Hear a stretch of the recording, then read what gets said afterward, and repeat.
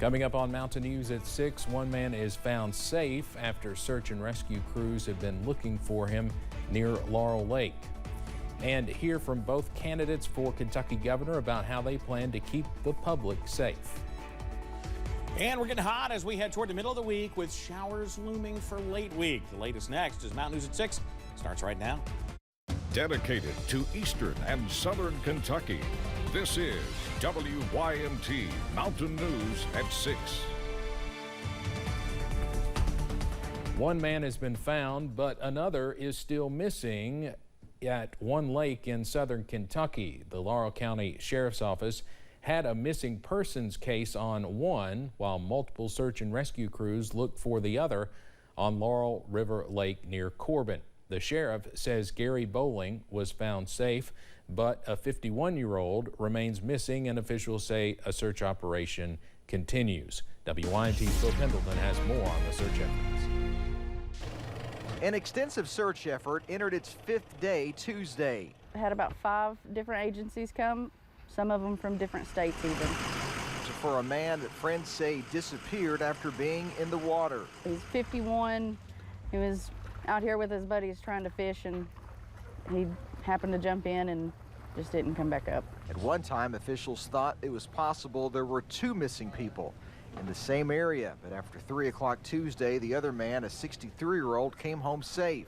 Search operations resumed for the other, with help coming in from multiple agencies with a variety of different kinds of equipment. Most of the agencies that are coming in are bringing divers.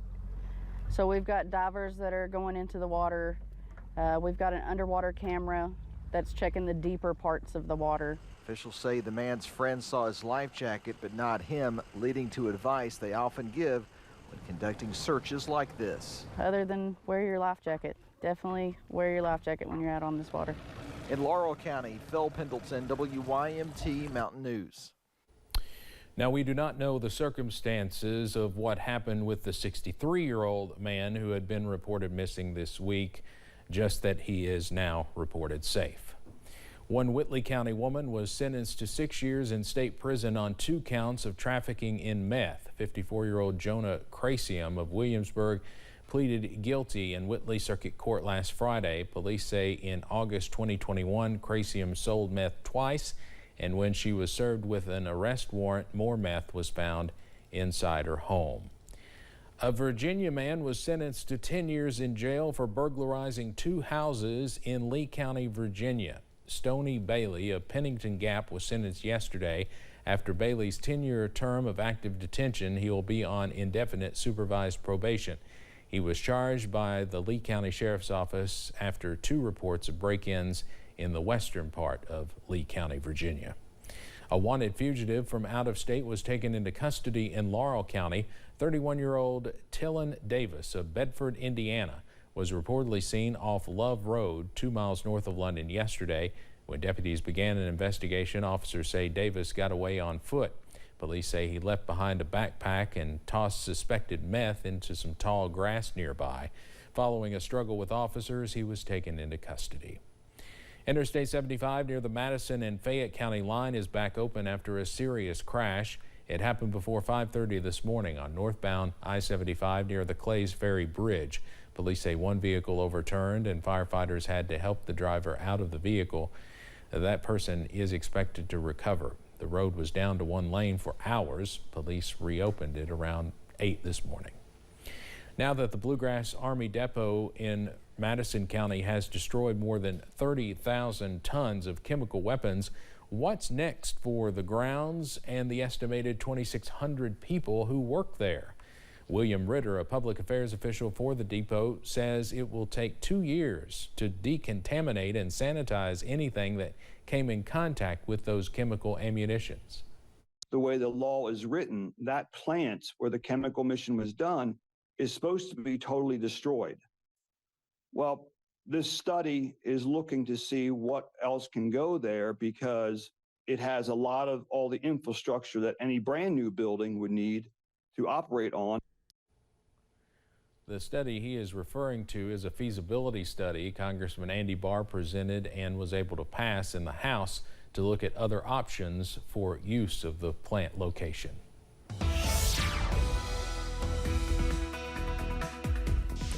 Plenty of sunshine out there today from our Pikeville Medical Center camera. We've seen plenty of sunshine and really nice weather out there. And there's our waspy friends. They are very active this afternoon.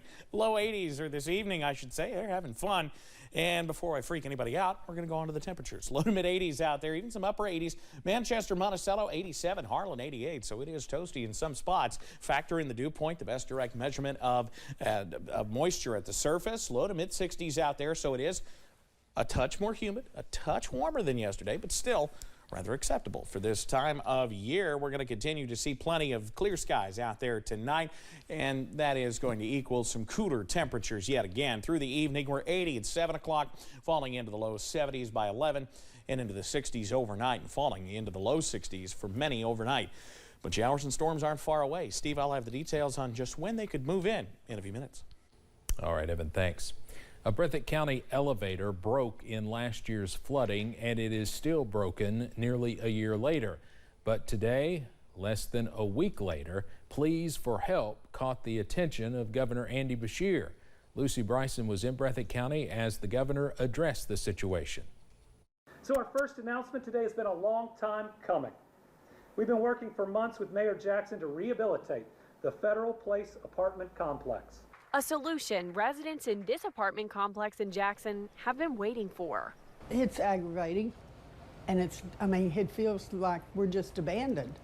Governor Beshear presented $538,000 to go toward repairing the Federal Place apartments. The money will replace the elevator that's been broken for nearly a year due to the July floods. Now the only way I see anybody is I've got one friend that comes up, and then my son, and that's it. Kathy Bays Alberts lives at Federal Place Apartments. She says she's been stuck in her home because she can't use the stairs. She spent the last year complaining to management, speaking with WKYT multiple times, and even withholding her rent, demanding a fix. It's getting really discouraging. I just wish we had a working elevator because it went out July the 28th, and a year later we still don't have a working elevator. Now, with the funding, her complex will soon get a new working elevator. When we build back, we build a little bit smarter.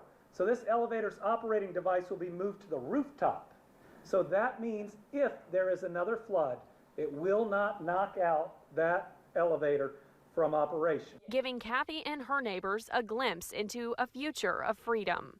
Thank you very much, Andy Beshear, or Governor Beshear. In Breathitt County, Lucy Bryson, WKYT. The money will also help repair 2 other apartments that were damaged during the floods. The money can be used immediately. During the governor's visit to Jackson, he also presented funding for other projects.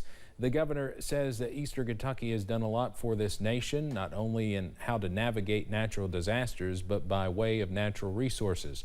The governor and local leaders say they are excited to see federal funds working in the county to improve the quality of life for Eastern Kentuckians. The people of Eastern Kentucky deserve the very best. They help power this country, build the Industrial Revolution, the strongest middle class that the world has ever seen. They help power us through 2 world wars. The people of Eastern Kentucky deserve reinvestment. The funds the governor presented in Jackson today will be split between the Breathitt County Courthouse, the Federal Place Apartments, the Jackson Playground, and road repairs. We'll have more about those projects coming up at 11. While the governor was in Eastern Kentucky, Attorney General Daniel Cameron made stops in Louisville and Lexington today, sharing his new public safety plan. Samantha Valentino has the details of that plan and Governor Beshear's reaction to it. Daniel Cameron says he believes his 12-point safety plan will have a direct impact on the safety of Kentuckians and the morale of the state's law enforcement community. Public safety is the first responsibility of government. When we don't have safe streets, our economy and our schools suffer. Every Kentuckian has the right to live and move freely around their community without fear. In his plan, Cameron calls for the passage of a statewide wiretapping law, mandatory DNA collection for arrests on the, quote, most heinous crimes, the addition of a new KSP post in Louisville, and giving the death penalty to those who kill police officers, something he says he hopes will send a strong message. We want our law enforcement community to understand that they are protected, and that they are cared for because they protect and serve our communities across the Commonwealth. He also plans to work with the General Assembly to develop a $5,000 recruitment and retention bonus for law enforcement. And unlike the governor, I'm not offering talking points and empty promises. I'm offering Kentuckians specific, hard-hitting solutions. We asked Governor Beshear for his thoughts on Cameron's plan.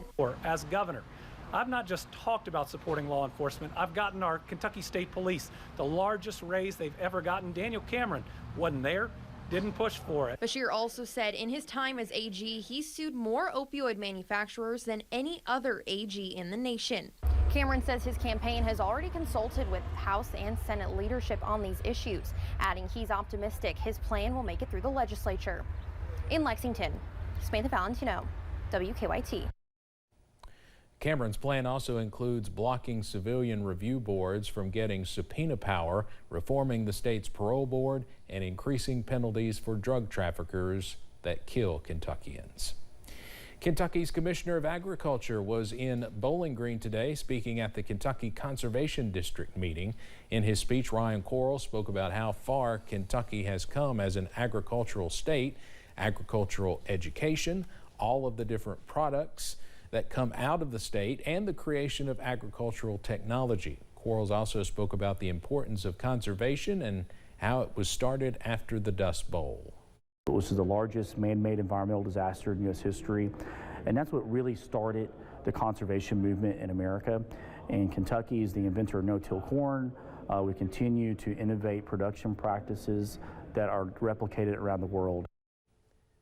As for what's next for Ryan Quarles, he says he'll have an announcement in the next few days, but plans on sticking with public service. Well, high pressure in place now, but showers back in the forecast. Before then, we're getting warm. How high that mercury climbs coming up. Plus, One Eastern Kentucky Sheriff's Office is hosting a camp for kids. WYMT News